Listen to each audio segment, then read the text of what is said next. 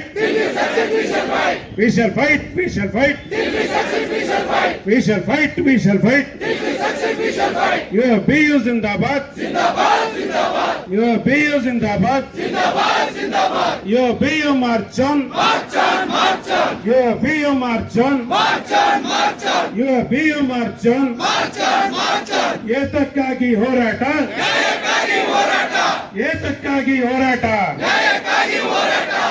supporters. With this is the only testing.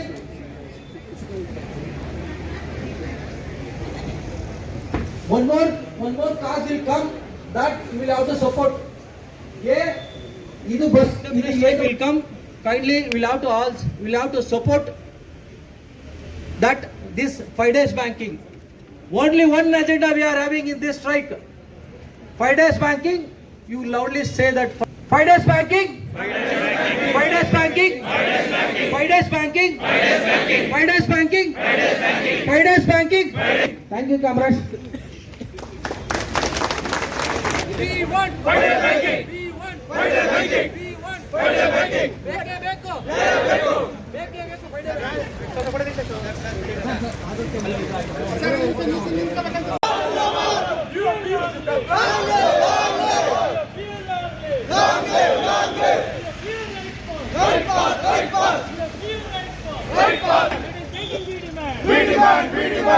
banking. We demand. We demand. We are fear right path. We are fear just path. African unity Zindabad. Zindabad. Unity Zindabad.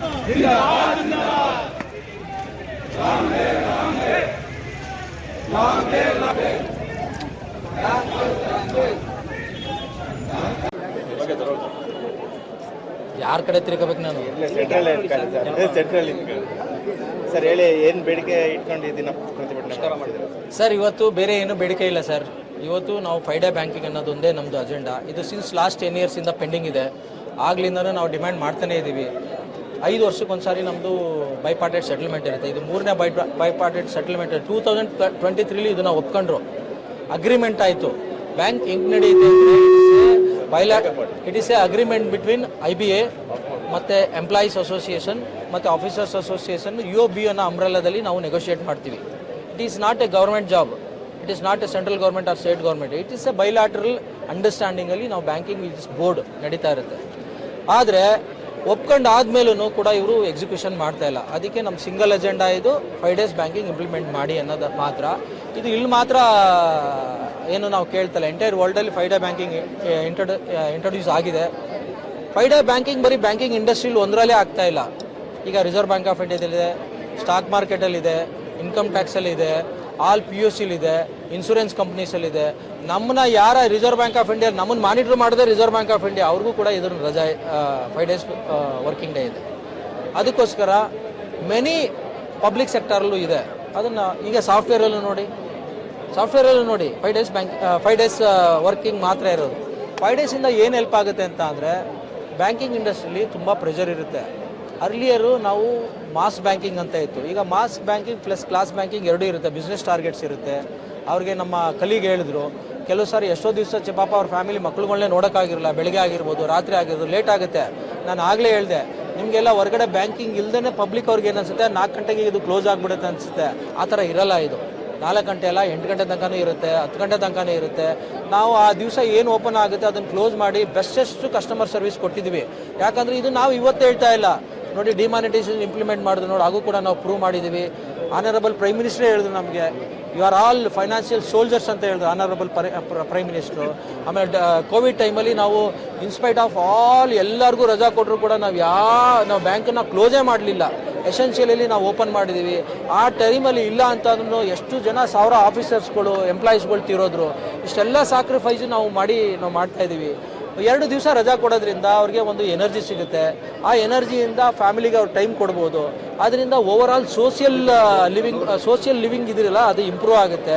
ಅದಾದಮೇಲೆ ಒಂಥರ direct indirect effects ಅಂತ ಹೇಳ್ತಾರಲ್ಲ, ಇಂಡೈರೆಕ್ಟಾಗಿ ಅವ್ರಿಗೆ ಬೇಕಾದಷ್ಟು motivation ಸಿಗುತ್ತೆ. ಜನಗಳಿಗೆ ಇದರಿಂದ ಏನೂ ತೊಂದರೆ ಆಗಲ್ಲ. ಜನಗಳಿಗೆ ಏನು ತಪ್ಪು ಭಾವನೆ ಇದೆ ಅಂದರೆ, 5 days banking or 4 days banking implement ಮಾಡಿದ್ರೆ ಜನಗಳಿಗೆ ಏನೋ ತೊಂದರೆ ಆಗುತ್ತೆ. ಸರ್ವಿಸ್ಗೆ ಯಾವುದೇ ಕಾರಣಕ್ಕೂ ಏನೂ ತೊಂದರೆ ಇರಲ್ಲ. ನಮ್ಮೆಲ್ಲ ಡಿಜಿಟೈಸೇಷನ್ ಓಪನ್ ಇರುತ್ತೆ, ATMs ಓಪನ್ ಇರುತ್ತೆ, CSP ಓಪನ್ ಇರುತ್ತೆ, ಆಧಾರ್ ಬೇಸ್ಡ್ ಪೇಮೆಂಟ್ ತೊಗೋಬೋದು, ಮಿಷಿನ್ಗಳು ಇಟ್ಟಿದ್ವಿ, ದುಡ್ಡು ಕಟ್ಬೋದು, 24 hours ಓಪನ್ ಆಗುತ್ತೆ. ಆಲ್ರೆಡಿ 97% ಎಲ್ಲರೂ UPI ಯೂಸ್ ಮಾಡ್ತಾರೆ, ಸ್ಕ್ಯಾನರ್ ಯೂಸ್ ಮಾಡ್ತಾರೆ. ಅದರಿಂದ ಯಾವುದೇ ಥರ ಏನೋ ಲೋನ್ ಸೈನ್ ಮಾಡೋದು ಅದು ಇದಕ್ಕೆ ಮಾತ್ರ ಬೇಕಾಗ್ಬೋದು ಅಷ್ಟೇ, ಅದರಿಂದ ಏನೂ ಎಫೆಕ್ಟ್ ಆಗಲ್ಲ. That we already taken care. ಅದನ್ನು ಟೇಕನ್ ಕೇರ್ ತೊಗೊಂಡಿರೋದ್ರಿಂದನೇ ಇವತ್ತು ನಮ್ಮ ಇಂಡಿಯಾ ವರ್ಲ್ಡಲ್ಲಿ ಕಾಂಪಿಟೇಟಿವ್ 2-3 ಪ್ಲೇಸಲ್ಲಿದೆ. ಇದನ್ನೆಲ್ಲ ದಯವಿಟ್ಟು ಅರ್ಥ ಮಾಡಿಕೊಂಡು, ಈಗ ಆಲ್ರೆಡಿ ಅಗ್ರಿಡ್ ನಾವು ಎಕ್ಸಿಕ್ಯೂಟಿವ್ ಆಗೋದಕ್ಕೆ ಮಾಡಿಲ್ಲ. ನಾವು ಕೂಡ ತುಂಬ ಸರಿ ಇದೇನು ಒಂದು ದಿವಸಕ್ಕೆ ನಾವು ಸ್ಟ್ರೈಕ್ ಕೊಡ್ತಾ ಇಲ್ಲ, ಬೇಕಾದ ಸರಿ ನಾವು ಸ್ಟೇಜ್ ಬೈ ಸ್ಟೇಜ್ ನಾವು ಪ್ರೊಟೆಸ್ಟ್ ಮಾಡಿದ್ದೀವಿ. ಕೆಲವು ಸಾರಿ ಏನು ಮಾಡಿದ್ವಿ, ಸರ್ವಿಸ್ ಕೊಟ್ಬಿಟ್ಟು ಆಫ್ಟರ್ ಆಫೀಸ್ ಅವರ್ಸ್ಗೂ ನಾವು ಪ್ರೊಟೆಸ್ಟ್ ಮಾಡಿದ್ದೀವಿ. ಅವರು ಇನ್ನೂ ಕನ್ಸಿಡರ್ ಮಾಡಿಲ್ಲ. ಇದು ಮೊದಲನೇ ಹಂತ. ಇದರಲ್ಲಿ ಅವರು ನಮಗೆ ಕನ್ಸಿಡರ್ ಮಾಡಲಿಲ್ಲ ಅಂದರೆ, ಮತ್ತು ಎಕ್ಸಿಕ್ಯೂಟ್ ಮಾಡಲಿಲ್ಲ ಅಂದರೆ ನಾವು ಇಂಡೆಫಿನೆಟ್ ಸ್ಟ್ರೈಕ್ ಹೋಗ್ತೀವಿ, without affecting public service, without affecting financial service, without affecting government ನಾಮ್ಸಲ್ಲಿ ನಾವು ಹೋಗ್ತೀವಿ. ಸರ್, ವಿತೌಟ್ ಎಫೆಕ್ಟಿಂಗ್ ನೀವು ಮಾಡ್ತು ಅಂದರೆ ಅವರು ನಿಮ್ಮ ಕೂಗನ್ನ ಕೇಳಿಸ್ಕೊತಾರ ಅಂತ? ನಮ್ಗೆ ಅದೇ ಪ್ರಾಬ್ಲಮ್ ಆಗಿರೋದು. ನಾನು ಅದನ್ನೇ ಹೇಳಿದೆ ಆಗ್ಲೂ. ನಾವೇನು ಮಾಡ್ತೀವಿ ಅಂದರೆ ಲಾರ್ಜರ್ ಇಂಟ್ರೆಸ್ಟಲ್ಲಿ ಯೋಚನೆ ಮಾಡ್ತೀವಿ. ಗೌರ್ಮೆಂಟಿಗೆ ತೊಂದರೆ ಆಗಬಾರ್ದು, ಕಸ್ಟಮರ್ಸ್ಗೆ ತೊಂದರೆ ಆಗಬಾರ್ದು. ಯಾಕಂದರೆ ಬ್ಯಾಂಕಿಂಗ್ ಸಿಸ್ಟಮೇ ಹಂಗೆ. ನಾವು ಮೊದಲಿಂದನೂ ವರ್ಕ್ ಮಾಡ್ಕೊಂಡು ಬೆಳೆದಿರೋ ಬಂದು ವಾತಾವರಣನೇ ಅದೇ ಥರ. Customer service because they are like for us god. ಇದರಿಂದ ನಾವು ಮಾಡ್ಕೊಂಡು ಹೋಗ್ತೀವಿ. ಅದನ್ನು they should not take it as A disadvantage ಥರ ತೊಗೋಬಾರ್ದು ಅನ್ನೋದು ಅವ್ರಿಗೆ ನಾವು ಹೇಳ್ತೀವಿ. ದಿನ ಏನು ವರ್ಕಿಂಗ್ ಅವರ್ಸ್ ಬಿಟ್ಟು ಪ್ರತಿಭಟನೆ ಮಾಡ್ತಿದ್ರಿ, ಇವತ್ತು ದೇಶಾದ್ಯಂತ ಬ್ಯಾಂಕ್ ಕ್ಲೋಸ್ ಮಾಡಿ ಮುಷ್ಕರ ಮಾಡ್ತಿದ್ದೀರಾ. ಮುಂದಿನ ದಿನಗಳಲ್ಲಿ ಯಾವ ರೀತಿ ಇರುತ್ತೆ ಸರ್? ಇದೇ ಥರ ಇರುತ್ತೆ. ನೋಡಿ ಸರ್, ಇವಾಗ ಏನೇನು ನಾವು ಅವ್ರಿಗೆ ಸಿಗ್ನಲ್ ಕೊಡಬೇಕು, ನಾವು ನೋಟಿಸ್ ಕೊಟ್ಬಿಟ್ಟು ಮಾಡಿದ್ದೀವಿ. ಅವ್ರು ಇನ್ನೂ ಕೂಡ ಎಚ್ಚೆತ್ಕತಾ ಇಲ್ಲ. ಇದು ಫಸ್ಟ್ ಸ್ಟೆಪ್, 1 day ಸ್ಟ್ರೈಕ್ ಕೊಟ್ಟಿದ್ದೀವಿ. ನೆಕ್ಸ್ಟ್ ನೋಡ್ತೀವಿ. ಈಗ ಲಾಸ್ಟ್ ಸಂಡೇನೂ ಕೂಡ ನಾವು ಮೀಟಿಂಗ್ ಮಾಡಿದ್ವಿ ಅವ್ರ ಹತ್ರ, CLCದು. ಆ ಮೀಟಿಂಗಲ್ಲಿ ಸಕ್ಸಸ್ ಆಗಲಿಲ್ಲ. ಮತ್ತು ಇದರಿಂದ ಯಾರಿಗೂ ಏನೇ ಎಫೆಕ್ಟ್ ಇಲ್ಲ. ಲಾಸ್ಟ್ 4 ಸ್ಯಾಟರ್ಡೇ ಹಾಫ್ ಡೇ ಇತ್ತು ನಮಗೆ. ಅವಾಗ ನಾವು ಫುಲ್ ಡೇ ಸ್ಯಾಟರ್ಡೇಗೆ ಒಪ್ಕೊಂಡು 2 ಸ್ಯಾಟರ್ಡೇ ಒಪ್ಕೊಂಡಿದ್ದೀವಿ. ಇದನ್ನು ಕೂಡ ಅಷ್ಟೇ 40 minutes ರೈಸ್ ಮಾಡ್ತೀವಿ ಪರ್ ಡೇ ಅಂತ ಅಂದ್ಕೊಂಡಿದ್ದೀವಿ. ಅದರಿಂದ ಏನೂ ಇರಲ್ಲಪ್ಪ. ಮೋರೋವರ್ ಯಾವುದೇ ನಡೀತದೆ ಬ್ಯಾಂಕಿಂದ ಏನಿರುತ್ತೆ ಅವ್ರಿಗೆ, ಬೇರೆ ಯಾವ ಡಿಪಾರ್ಟ್ಮೆಂಟು ನಡೆಯಲ್ಲ. ರಿಸರ್ವ್ ಬ್ಯಾಂಕ್ ಆಫ್ ಇಂಡಿಯಾ ನಡೆಯಲ್ಲ, LIC ನಡೆಯಲ್ಲ, ಸ್ಟಾಕ್ಸ್ ನಡೆಯಲ್ಲ, ಇನ್ಶೂರೆನ್ಸ್ ಕಂಪ್ನಿಗಳು ನಡೆಯಲ್ಲ, IRDA ನಡೆಯಲ್ಲ. ಯಾವುದು ನಡೆಯುತ್ತೆ ಅಂದರೆ ಬ್ಯಾಂಕಲ್ಲಿ ಏನಿರುತ್ತೆ ಅವ್ರಿಗೆ. ಸರ್, ಈ ಮುಷ್ಕರದಿಂದ ಏನು ಹೊರ ರಾಜ್ಯಗಳಲ್ಲಿ ತಮ್ಮ ಬಂಧುಗಳಿರ್ತಾರೆ, ಅಂದರೆ ಸಾರ್ವಜನಿಕರು, ಅವ್ರಿಗೆ ಹಾಸ್ಪಿಟಲೈಸ್ ಆಗೋಂಥ ಸಂದರ್ಭದಲ್ಲಿ ಹಣಕಾಸು ಹಾಕುವಂಥ ಸಂದರ್ಭದಲ್ಲಿ ಬ್ಯಾಂಕ್ಗಳೇ ಕ್ಲೋಸ್ ಆಗಿಬಿಟ್ರೆ ಅವರು ಯಾವ ರೀತಿ ಫೇಸ್ ಮಾಡ್ತಾರೆ ಅಂತ ನೋಡಿ. ಎಸ್ಪೆಷಲಿ ಹಾಸ್ಪಿಟ್ಲ್ ಹೇಳಿದ್ರಲ್ಲ, UPI ಇದೆಲ್ಲ ಅಪ್ ಟು 1 lakh ತನಕ ಅಲೋ ಇದೆ. ಅದರಲ್ಲಿ ಏನೂ ತೊಂದರೆ ಆಗಲ್ಲ. ಮತ್ತು ಡಿಜಿಟೈಸಲ್ಲಿ ಅವರು RTGS ಮಾಡ್ಬೋದು, NEFT ಮಾಡ್ಬೋದು, ಏನು ಬೇಕಾದ್ರೂ ಮಾಡ್ಬೋದು. ಆ ಥರ ಏನು ತೊಂದರೆ ಆಗಲ್ಲ. CDM ಇದೆ ಅಪ್ ಟು 50,000 ತನಕ. ಮತ್ತು ಯೋನೋ ಕ್ಯಾಶ್ ಅನ್ನೋದು ಇಂಟ್ರೊಡ್ಯೂಸ್ ಮಾಡಿದ್ದೀವಿ. ಬ್ಯಾಂಕಲ್ಲಿ ಯಾವ ಟೇಕನ್ ಅಟ್ಮೋಸ್ಟ್ ಕೇರ್. ಇದನ್ನೆಲ್ಲ ನೀವೇನು ಹೇಳಿದ್ರಲ್ಲ, ಅದಕ್ಕೆ ಅಪ್ರಿಷಿಯೇಷನ್ ಇದ್ದೇ ಇರುತ್ತೆ. ಅದನ್ನೇ ನಾನು ಹೇಳಿದ್ದು, ಪಬ್ಲಿಕ್ಗೆ ಇದ್ರ ಬಗ್ಗೆ ಗೊತ್ತಿರೋಲ್ಲ, ಅದಕ್ಕೆಲ್ಲ ನಾವು ಕೇರ್ ತೊಗೊಂಡಿರ್ತೀವಿ. ನೀವೇ ಆಗಲಿ ಒಂದು ಹಾಸ್ಪಿಟ್ಲಿಗೆ 1 ಲಕ್ಷ ಕೊಡಬೇಕಂದ್ರೆ UPI 1 ಸೆಕೆಂಡ್ ಹಾಕ್ಬೋದು. ಇದೆ, ಅದಕ್ಕೆಲ್ಲ ನಾವು ಫೆಸಿಲಿಟಿ ಉದ್ಯೋಗಿಗಳಿಗೆ ಏನೋ ವರ್ಕ್ ಪ್ರೆಷರ್ ಸಿಕ್ಕಾಪಟ್ಟೆ ಆಗ್ತಿದೆ ಸರ್. ಈಗ ನೋಡಿ, ಇಂಡಿಯಾದಲ್ಲಿ ಈಕ್ವಾಲಿಟಿ ಇದೆ. ಮಹಿಳಾ ಮತ್ತು ಜೆಂಟ್ಸ್ ಆ ಥರ ಏನೂ ಇರಲ್ಲ. But of course they are having certain social responsibilities. ಅವ್ರಿಗೆ law of the land is ultimate sir. Bank is not a separate from that. ಅವ್ರಿಗೆ ನಮ್ಮ ಹತ್ರನೇ ಏನು ಕೇರ್ ತೊಗೋಬೇಕು ಅದನ್ನೆಲ್ಲ ನಾವು ತೊಗೋತೀವಿ. ಅವರು ಪ್ರಾಪರ್ ಆಗಿ ರೆಪ್ರೆಸೆಂಟ್ ಮಾಡ್ತೀವಿ. ಇಲ್ಲಿ ಕೇರ್ ಅವರು ಮಕ್ಕಳಿಗೂ ಕೂಡ ಒಂದು 6 ವರ್ಷ ತನಕ ನೋಡ್ಕೋಬೇಕು, ಮಕ್ಕಳನ್ನ ಫ್ಯಾಮಿಲಿ ಮೇಂಟೈನ್ ಮಾಡಬೇಕು. ಹಸ್ಬೆಂಡ್ಸ್ ಈ ಥರ. ಈಗ ಪುರುಷರಿಗಾದರೆ ಏನೋ ಹೊರ ಬತ್ತು ಅಂದರೆ ಅವ್ರಿಗೆ ಏನು ಫ್ಯಾಮಿಲಿ ಟೆನ್ಷನ್ ಇರಲ್ಲ ಮನೆಗೆ ಹೋಗೋ ತನಕ. ಬಟ್ ಮಹಿಳೆಯರಿಗೆ ಹೆಚ್ಚು ಒತ್ತಡ ಕೊಡ್ತಾ ಇದ್ದಾರೆ. ಏನೋ ಕೆಲಸ ಅಲ್ಲದೆ ರಜೆ ಟೈಮಲ್ಲಿ ಕೂಡ ವರ್ಕಿಂಗ್ ಕರೀತಾರೆ ಅನ್ನೋದು ಬ್ಯಾಂಕ್ ಸೆಕ್ಟರ್ ಮೇಲೆ ಜಾಸ್ತಿ. ನೋಡಿ ಸರ್, ನೋಡಿ ಮಹಿಳೆಯರಿಗೋಸ್ಕರನೂ ಅಷ್ಟೇ ಮೆಟರ್ನಿಟಿ ಲೀವ್ ಇರ್ಬೋದು, ಬೇರೆ ಬೇರೆ ಲೀವ್ಸ್ ಬರೋದು ಎಷ್ಟೊಂದು ನಾವು ತಂದಿದ್ದೀವಿ. ಈ ಬೈಪಾರ್ಟೇಟಲ್ಲಿ ನಾವು ಮಂತ್ಲಿ ಒಂದು ಮೆನ್ಸ್ಟ್ರೇಷನ್ ಲೀವ್ನು ಕೂಡ ತಂದಿದ್ವಿ. These are the things. ನೋಡಿ, ಯಾವಾಗಲೂ ಏನಾಗುತ್ತೆ, ಒಳ್ಳೆ ಕಾರ್ಯಗಳು ಒಂದೇ ದಿವಸಕ್ಕೆ ನಿಂತೋಗಲ್ಲ, ಅದು ನಡೀತಾನೇ ಇರ್ತದೆ. Will take care that also. Whatever you are expressing, it may be true. But ನಾವೆಲ್ಲ ಲೇಡೀಸ್ ಕಾಮ್ರೇಡ್ಸ್ಗೆ ನಾವು ಹೇಳ್ತೀವಿ, you take care of yours. But ಬ್ಯಾಂಕಿಂಗಲ್ಲಿ ಏನಿರುತ್ತೆ, ನಾವು 7 ಗಂಟೆ ತನಕ ಕೆಲಸ ಮಾಡಿ ಅಂತ ಹೇಳ್ತೀವಿ. ಹೇಳಿದ್ನಲ್ಲ, ಆಲ್ರೆಡಿ ಹೇಳಿದೆ, law of the land is ultimate. State bank of India or bank or court whatever may be, it is not more than any law of the land.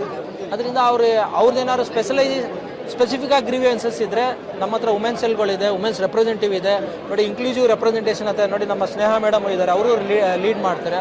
ಅವ್ರು ಹೇಳಿದ್ರೆ ಆ ಸ್ಪೆಸಿಫಿಕ್ ಆಗಿ ಏನಾದ್ರು ಇದ್ದರೆ ಅದನ್ನು ನಾವು ರಿಸಾಲ್ವ್ ಮಾಡ್ತೀವಿ. ಇವತ್ತು ನಾವು 5 day ಬ್ಯಾಂಕಿಂಗ್ ಯಾಕೆ ಅಂತ ಅಂದರೆ ಎಂಟೈರ್ ವರ್ಲ್ಡಲ್ಲಿದೆ.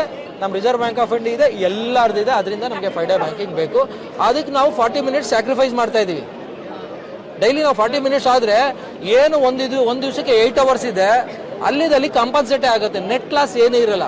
ಇದರಿಂದ ಬ್ಯಾಂಕಿಂಗೂ ಅನುಕೂಲ ಆಗುತ್ತೆ, ಪಬ್ಲಿಕ್ಗೂ ಅನುಕೂಲ ಆಗುತ್ತೆ, ಸೋಷಿಯಲಿ ಎಫೆಕ್ಟ್ ಇರಲ್ಲ. ನೀವೇ ಹೇಳಿದ್ರಿ, ಒಂದು ಹೆಂಗ್ಸಾಗಲಿ ಒಬ್ಬ ಗಂಡಸಾಗಲಿ ಮನೇಲಿ ಅವ್ರ ಹಸ್ಬೆಂಡ್ ಜೊತೆ ಇಲ್ಲ ವೈಫ್ ಜೊತೆ ಮಕ್ಳ ಜೊತೆ ಇದ್ರೆ it will give A different efficiency ಜಾಸ್ತಿ ಇರುತ್ತೆ, ಎಫಿಷಿಯನ್ಸಿ ಕೆಲಸ ಮಾಡೋ ಒಂದು ಹುಮ್ಮಸ್ ಜಾಸ್ತಿ ಇರುತ್ತೆ.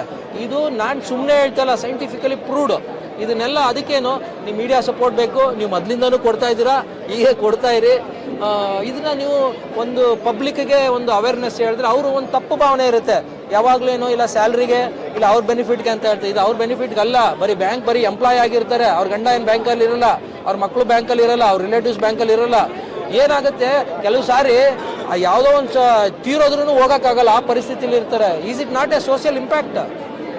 ಹಂಗಾಗಿ ಇದು ಬರೀ ಬ್ಯಾಂಕ್ ಒಂದು ಇಂಡಿವಿಜುವಲ್ಗೆ ಅಲ್ಲ, ಇದು ಸೊಸೈಟಿಗೆ, ಇದು ಸೋಷಿಯಲ್ ಸ್ಟ್ರಕ್ಚರ್ಗೆ ಅಂತ ಹೇಳ್ತೀನಿ ಸರ್. ಬ್ಯಾಂಕ್ ಎಂಪ್ಲಾಯ್ಸ್ ಮೇಲೆ ಸಾರ್ವಜನಿಕರಿಗೆ ಒಂದು ಭಾವನೆ ಇದೆ, 6 ದಿನನೇ ಏನು ಕೆಲಸ ಮಾಡಲ್ಲ, ಇನ್ನು 5 ದಿನ ಕೊಟ್ಟರೆ ಏನು ಕೆಲಸ ಮಾಡ್ತೀರ ಅನ್ನೋದು ಹೇಳ್ತಾರೆ. ಇರಲಿ ಸರ್, ನಾನು ರೆಸ್ಪೆಕ್ಟ್ ಮಾಡ್ತೀನಿ ಅವ್ರನ್ನ. ಯಾರು ಹೇಳ್ದಿರ ಅವ್ರಿಗೆ ಸ್ಪೆಸಿಫಿಕ್ ಆಗಿ ಹೇಳಿದ್ರೆ ಮಾತಾಡ್ಬೋದು. ಅಷ್ಟಿಲ್ದೇ ನಮ್ಮ ಕಂಟ್ರಿ ಇವತ್ತು ವರ್ಲ್ಡಲ್ಲಿ ಲಾರ್ಜೆಸ್ಟ್ ಬಂದ್ಬಿಡುತ್ತೆ ಸರ್. ವರ್ಲ್ಡಲ್ಲಿ ಲಾರ್ಜೆಸ್ಟ್ ಬರಬೇಕು ಅಂತ ಅಂದರೆ ಬ್ಯಾಂಕ್ ಕಾಂಟ್ರಿಬ್ಯೂಷನ್ ಇಲ್ಲ ಅಂದರೆ ಹೆಂಗೆ ಸರ್? ಡಿಮಾನಿಟೈಸೇಷನ್ ನಾವು ಎಷ್ಟು ಜನ ಸೊತ್ತೋದ್ರೂ ನಾವು ತ್ಯಾಗ ಮಾಡ್ಬಿಟ್ಟು ನಾವು ಮಾಡಿದ್ವಲ್ಲ ಸರ್. ಫೈನಾನ್ಷಿಯಲ್ ಇನ್ಕ್ಲೂಷನ್ ನಾವು ಮಾಡಿದ್ದೀವಲ್ಲ ಸರ್. CSP ಇಂಟ್ರೊಡ್ಯೂಸ್ ಮಾಡಿದ್ವಿ, ಆಧಾರ್ ಇಂಟ್ರೊಡ್ಯೂಸ್ ಮಾಡಿದ್ವಿ. ಇವತ್ತೊಂದು ದಿವಸ ಇಂಡಿಯಾದಲ್ಲಿ ಡಿಜಿಟೈಸೇಷನ್ ಯಾವ ಲೆವೆಲ್ಗೆ ಇಂಪ್ಲಿಮೆಂಟ್ ಆಗಿದೆ ಅಂತ ಅಂದರೆ ಒಂದು ನೋಡಿ ಮೇಡಮ್ ಹೇಳ್ತಾ ಇದ್ರೆ, ತರಕಾರಿ ವ್ಯಾಪಾರದಿಂದ ಹಿಡಿದು ನೀವು ಟಾಪೆಸ್ಟ್ ತನಕ ನಾವು digital is it possible without banks involvement? ಇದೇ ಇರುತ್ತೆ ಸರ್. ಅದು ಹೇಳಿದ್ನಲ್ಲ, ಅದೊಂದು ಪ್ರಿಜುಡೈಸ್ ಮೈಂಡ್. ಅದಕ್ಕೋಸ್ಕರ ಅದನ್ನ ನಿಮ್ಮ ಸಹಕಾರದಿಂದ ಅದನ್ನ ಜನಗಳ ಮನಸ್ಸಿಂದ ಹೋಗ್ಲಾಡ್ಸಕ್ಕೆ ನಾವು ಪ್ರಯತ್ನ ಮಾಡ್ತೀವಿ. ಆಮೇಲೆ ಸ್ಟ್ರೈಕ್ ಅಂದ್ರೆ ಒಂದು ಕಾಮನ್ ಮೈಂಡ್ ಸೆಟ್ ಇದೆ. ಅಂದ್ರೆ ನಾವು ನಮ್ಮ ಸ್ಟ್ರೈಕ್ ಬ್ಯಾಂಕಿಂಗ್ ಇಂಡಸ್ಟ್ರಿನಲ್ಲಿ ನಾವು ಸ್ಟ್ರೈಕ್ ಹೋಯ್ತು ಅಂದ್ರೆ ನಾವು ಲಾಸ್ ಆಫ್ ಪೇ, ಅಂದ್ರೆ ನಮ್ಮ ಒಂದು ಇವತ್ತಿನ ಸಂಬಳನ ಕಟ್ ಮಾಡಿಕೊಂಡು ನಾವು ಅದನ್ನ ಒಂಥರ ಡೊನೇಟ್ ಅನ್ಕೊಳ್ಬೋದು, ಡೊನೇಟ್ ಮಾಡಿಕೊಂಡು ನಾವು ಇವತ್ತು ಮುಷ್ಕರಕ್ಕೆ ಹೋಗ್ತಾ ಇದ್ದೀವಿ. ಅದನ್ನ ಫೋರ್ಸ್ ಮಾಡಿರೋದು ಗೌರ್ಮೆಂಟ್ ನಮ್ಮ ಮೇಲೆ. ಯಾಕೆ ಅಂತಂದ್ರೆ 2023ರಲ್ಲಿ ಮಾರ್ಚಲ್ಲಿ ಏಕಾಏಕಿ ನಮಗೆ ವೇಜ್ ಸೆಟಲ್ಮೆಂಟ್ ಆಗೋದು ಡ್ಯೂ ಇತ್ತು. ಏಕಾಏಕಿ ಅದನ್ನ ಫೈನಾನ್ಷಿಯಲ್ ಕೊಟ್ಬಿಟ್ರು, ನಮಗೆ ದುಡ್ಡನ್ನು ಕೊಟ್ಬಿಟ್ರು. ಇದನ್ನ ಆಮೇಲೆ ಮಾತಾಡೋಣ ಅಂತ ಈಗ ನೋಡಿ, ಈ ಮಾರ್ಚ್ ಬಂತು ಅಂದ್ರೆ 3 ವರ್ಷ, 2023ನೇ ಇಸ್ವಿಯಿಂದ 2026 ಅಂದ್ರೆ 3 ವರ್ಷದಿಂದ ನಾಳೆ ಮಾತಾಡೋಣ ನಾಡಿದ್ದು ಮಾತಾಡೋಣ ಅಂತ ತಳ್ಕೊಂಡೇ ಬಂದಿದೆಯೇ ಹೊರತು 23ನೇ ತಾರೀಕು ರೀಕನ್ಸಿಲೇಷನ್ ಮೀಟಿಂಗ್ ಇತ್ತು, 24ನೇ ತಾರೀಕು ರೀಕನ್ಸಿಲೇಷನ್ ಮೀಟಿಂಗ್ ಇತ್ತು. ಯಾವ ಮೀಟಿಂಗ್ ಅಲ್ಲೂ ಯಾವುದೇ ರೀತಿ ಅದು ಒಪ್ಕೊಂಡ ನಂತರ 2023ರಲ್ಲೇ ಸೇಮ್ ಗೌರ್ಮೆಂಟೇ ಇದ್ದಿದ್ದು, ಒಪ್ಕೊಂಡ ನಂತರನೂ ಇವತ್ತು ನಾಳೆ ಅಂತ ಪುಷ್ ಮಾಡ್ಕೊಂಡು ಬಂದಿದೆ. ಅದರಿಂದಾಗೆ ನಾವು we are forced to go on strike. ಆಮೇಲೆ ಸ್ಟ್ರೈಕ್ ಹೋಯ್ತು ಅಂದರೆ ಸಾರ್ವಜನಿಕರು ಅರ್ಥ ಮಾಡ್ಕೋಬೇಕು, ಲೈಕ್ ನಾವು ಅವ್ರ ದುಡ್ಡಲ್ಲಿ ಅಥವಾ ಟ್ಯಾಕ್ಸ್ ದುಡ್ಡಲ್ಲಿ ನಮ್ಮ ಸಂಬಳನ ಸ್ಯಾಕ್ರಿಫೈಸ್ ಮಾಡಿ ಹೋಗ್ತಾ ಇದ್ದೀವಿ. ಯಾಕೆ ಅಂದರೆ ವರ್ಕ್ ಲೈಫ್ ಬ್ಯಾಲೆನ್ಸ್ ಅನ್ನೋದು ತುಂಬ ಇಂಪಾರ್ಟೆಂಟು. ನಾನು ಆಸ್ ಎ ಲೇಡಿ ನಾನು ಹೇಳ್ತೀನಿ, ಇವಾಗ ನಾವು ಎಲ್ಲರೂ ಕಾಮನ್ ಆಗಿ ಅರ್ಥ ಮಾಡ್ಕೋತೀವಿ. ಹೋದ ತಕ್ಷಣ ಯಾರು ಜಗಳ ಮಾಡಿದ್ರೆ ಮೋಸ್ಟ್ಲಿ ಮನೇಲಿ ಹೆಂಡತಿ ಜೊತೆ ಜಗಳ ಮಾಡ್ಕೊಂಬಂದಿದ್ದಾನೆ, ಗಂಡನ ಜೊತೆ ಜಗಳ. ಅದೆಲ್ಲ ಹೆಂಗೆ ಫಾರ್ಮ್ ಆಗುತ್ತೆ ಅಂದರೆ ಮೈಂಡ್ ಸೆಟ್ಟು. ನಾವು ತುಂಬ ಸ್ಟ್ರೆಸ್ಸಲ್ಲಿ ಕೆಲಸ ಮಾಡ್ತಾ ಇದ್ದೀವಿ. ಸೂಯಿಸೈಡ್ಸ್ ತುಂಬ ಜಾಸ್ತಿ ಆಗ್ತಿದೆ ಬ್ಯಾಂಕಲ್ಲಿ. ವರ್ಕ್ ಪ್ರೆಷರಿಂದ ಹಾರ್ಟ್ ಅಟ್ಯಾಕ್ಸ್ ತುಂಬ ಜಾಸ್ತಿ ಆಗ್ತಿದೆ. ಅದೆಲ್ಲದಕ್ಕೂ ಮೇನ್ ರೀಸನ್ ಅಂದರೆ ಡಿಪ್ರೆಷನ್ಗೆ ಹೋಗ್ತಾ ಇದ್ದಾರೆ ಜನ. ನಮ್ಗೆ ತುಂಬ ದುಡ್ಡು ಕೊಡ್ತಾ ಇರ್ಬೋದು ಬ್ಯಾಂಕು, ಖರ್ಚು ಮಾಡೋಕ್ಕೆ ದಾರಿ ಎಲ್ಲಿದೆ? ಟೈಮ್ ಎಲ್ಲಿ ಕೊಡ್ತಾ ಇದ್ದೀರಾ? 10 ಗಂಟೆ ಆದರೂ ಬ್ಯಾಂಕಿಗೆ ಬಾ, ಸಂಡೇ ಆದರೂ ಬ್ಯಾಂಕಿಗೆ ಬಾ, ಸ್ಯಾಟರ್ಡೆ ಆದರೂ ಬ್ಯಾಂಕಿಗೆ ಬಾ. ಹಿಂಗೆ ಹೇಳಿ ನಮ್ಗೆ ಫುಲ್ಲು ಮೂಡ್ ಔಟ್ ಆಗಿಬಿಡುತ್ತೆ.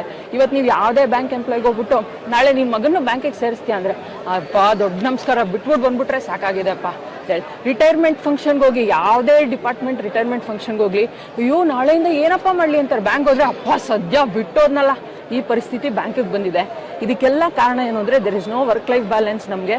ಸೊ ದಯವಿಟ್ಟು ನಾನು ಕೇಳ್ಕೊಳ್ಳೋದು ಗೌರ್ಮೆಂಟ್ಗೆ, ಅಟ್ಲೀಸ್ಟ್ 5 ದಿನ ಬ್ಯಾಂಕಿಗೆ ನಮ್ಮ ಕಡೆಗೆ ನಮ್ಗೆ 2 ದಿನ ಬಿಟ್ಬಿಟ್ರೆ ಮಂಡೇ ಬಂದು ಅದೇ ಜೋಶಲ್ಲಿ ನಾವು ಕೆಲಸ ಶುರು ಮಾಡ್ತೀವಿ. ಸಾರ್ವಜನಿಕರಿಗೆ ನಾವು ಸೇವೆ ಮಾಡೋಕ್ಕೆ ಇನ್ನೂ ಬೆಟರ್ ಆಗುತ್ತೆ ಅನ್ನೋ ನನ್ನ ಅಭಿಪ್ರಾಯ.